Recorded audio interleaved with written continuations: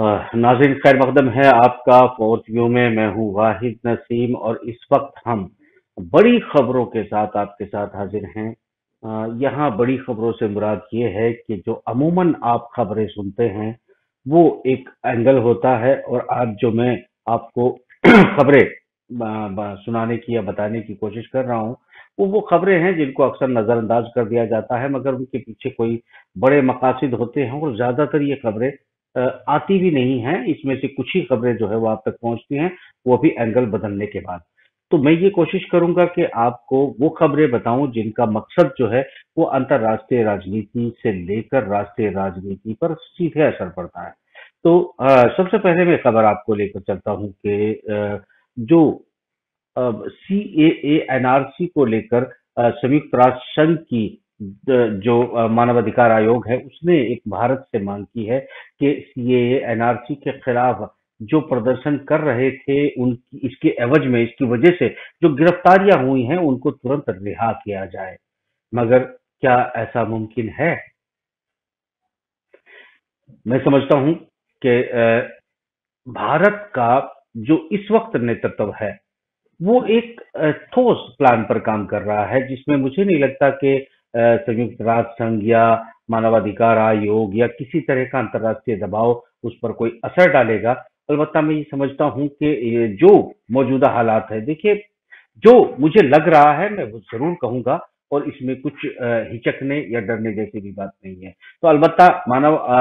अधिकार आयोग जो है उसने जरूर मांग की है, क्योंकि यहाँ सिर्फ मानव अधिकार आयोग की मांग ही नहीं है। जो अगला प्रेसिडेंट कैंडिडेट है अमेरिका का, जो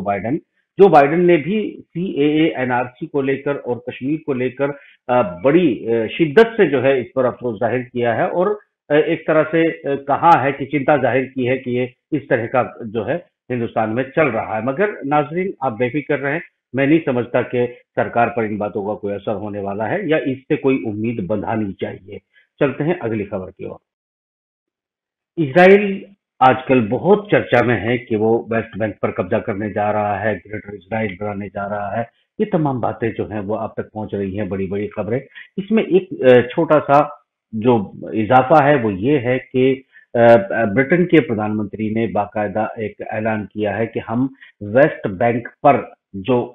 कब्जा करने का प्लान और वहां कॉलोनियां डेवलप करने का प्लान बेंजामिन नेतन्याहू ने जो बनाया है, हम उसका सख्ती से विरोध करते हैं और इस पर डिप्लोमेटिक दबाव बनाने की भी कोशिश करते हैं, ताकि ऐसा न किया जाए। जबकि इसी खैमे का ये भी मानना है कि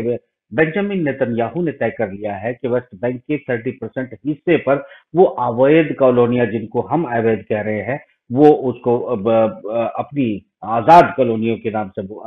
पुकारता है। तो बेसिकली ये एक जद्दोजहद चल रही है, मगर इसमें अफसोस ये भी थोड़ा सा आपको करना पड़ेगा कि यूरोपियन यूनियन इसका विरोध कर रही है, ब्रिटेन इसका विरोध कर रहा है, मगर मुस्लिम जगत खामोश है, सन्नाटा है। इसमें मुझे लगता है कि ये खबरें मैं आपके लिए इसलिए लेकर आता हूं, जिससे आपको ये पता रहे कि दुनिया में मानवतावाद की तरफ कौन जा रहा है और अमानवीय व्यवहार होने के बाद कौन लोग हैं जो खामोश बैठे हैं। तो खबरों के साथ एक नजरिया छोटा छोटा सा आपको जरूर देने की कोशिश करूंगा, ताकि आप अवेयर रहें, आपको एक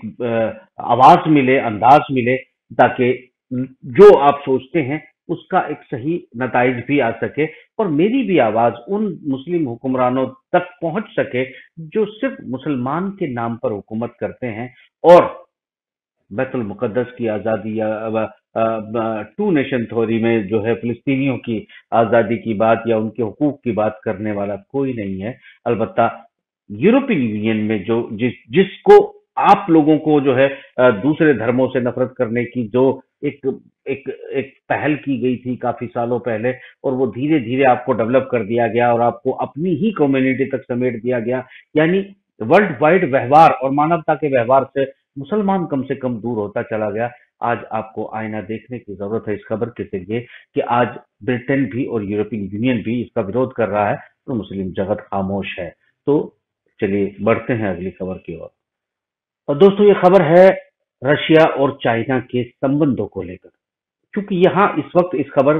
की महत्ता इसलिए आपके लिए बढ़ जाती है कि एक तरफ भारत की जो तवज्जो थी वो रशिया में हमारे जो है वो रक्षा मंत्री गए थे, जहां से हमें S-400 और कुछ MiG-21, MiG-29, सुखोई 30 ये हथियार लेने थे, गोला बारूद लेने की बात की गई थी। उस पर उनका एक बयान भी आया था। मगर एक चीज अब मैं यहाँ पर जो है इस खबर को इसलिए आपके लिए लेकर आया हूँ कि ये समझना जरूरी है कि इस वक्त बहुत तेजी से रशिया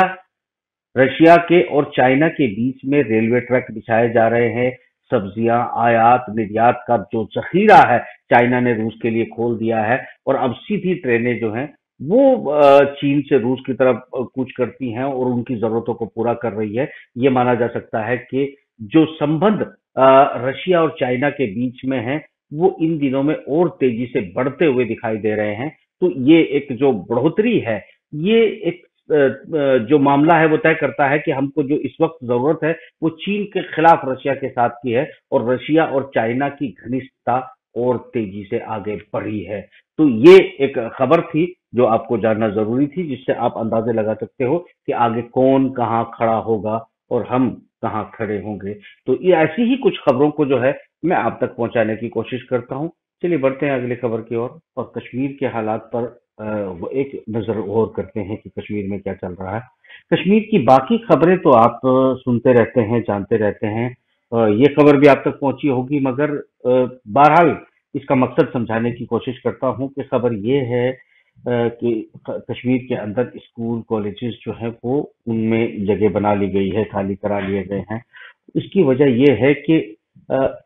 पार वाले कश्मीर में चाइना ने अपने फजाइया, अपने फाइटर विमान जो है बुलाकर खड़े कर दिए हैं, और जहां से शायद एक छेड़खानी करने की कोशिश पाकिस्तान और चाइना कर सकते हैं, तो उसकी तैयारी भी पूरी तरह से चल रही है। ये खबर आपके लिए इसलिए भी इम्पोर्टेंट थी कि देखिए लद्दाख, सियाचिन, और ये स्ट्रेटेजिक महत्वपूर्ण इसलिए हो गया है मामला कि ये जो अभी की सूरत हाल है, इसे मैं अमन की तरफ जाते हुए नहीं देख रहा हूं, क्योंकि प्रधानमंत्री जी ने भी कहा है कि अपने मन की बात में कि हम आंख से आंख मिलाकर जवाब देना जानते हैं, तो हम इसको सच मान लेते हैं। और एक तरफ हम दूसरी तरफ देखते हैं कि अगर हम जाते हैं साउथ चाइना सी की तरफ, तो यहाँ ताइवान में जो अभी मीटिंग हुई थी, जिसमें ब्रुनाई, इंडोनेशिया, मलेशिया, फिलीपाइंस, ये तमाम जो स्ट्रेटेजिक पार्टनर हैं, जो इस साउथ चाइना सी पर अपना हक जताते हैं और ये मानते हैं कि अमेरिका के साथ रणनीति बनाकर जो है वो आगे बढ़ेंगे, और इसको फ्रीडम कॉरिडोर की तरह इस्तेमाल करेंगे, ना कि चाइना का आधिपत्य यहाँ होने देंगे। तो ये अगर चीजें बढ़ रही हैं, तो यहाँ पर अपने बेड़े लेकर अमेरिका पहले से ही पहुंच चुका है। यहाँ पर अगर ताइवान के अंदर मीटिंग होती है, और ये जो मीटिंग होती है, ये तय करती है कि हम फ्रीडम कॉरिडोर में अपना हक जताएंगे और इसमें चाइना का आधिपत्य को हम स्वीकार नहीं करेंगे, तो इसका मतलब हम टेंशन की तरफ बढ़ रहे हैं। और अगर उस साइड में टेंशन होती है जहां पर अमेरिकन बेड़े आ गए हैं, और जो यूरोपियन यूनियन से भी अपने फौजी निकालकर इस इलाके में डिप्लॉय अमेरिका कर रहा है, तो इसका मतलब इस इलाके में टेंशन बढ़ेगी। तो मतलब ये है कि चाइना अपने उस साइड के प्रेशर को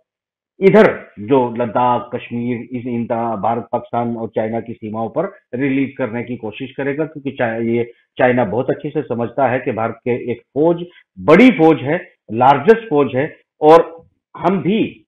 फ्रीडम कॉरिडोर में स्ट्रेटेजिक पार्टनर है। Indo Pacific, US Indo Pacific नाम से हमने कमान बनाई है, और वहां पर अगर हमारी फौजें ज्यादा मूवमेंट ना करें, या यहाँ अमेरिका और इस छोटे समूह का अगर हम लोग जो है आसियान का साथ ना दें, इसलिए हम दूसरी तरफ उलझे रहे, तो खतरे जो है कुल मिलाकर बढ़ रहे हैं। और मेरी इन खबरों के अंदाज को आप इसी तरह लीजिएगा, क्योंकि मैं खबरों के साथ उनके मकासद पर बात करूंगा, और कुछ बड़ी खबरें जो हैं जो आपको अपडेट रखें, जिससे आप कम से कम लगभग महरूम रहते हैं, क्योंकि उनके वो पक्ष आप समझ नहीं पाते जिससे ये समझ सकें कि जियो पॉलिटिक्स किस तरफ जा रही है। तो मैं सिर्फ आपके पास वो खबरें लेकर आऊंगा जिनका अर्थ जो है जियो पॉलिटिक्स में कोई मायने रखता है। तो अगले बुलेटिन का इंतजार कीजिए। फिलहाल मुझे इजाजत दीजिए। खुदा हाफिज।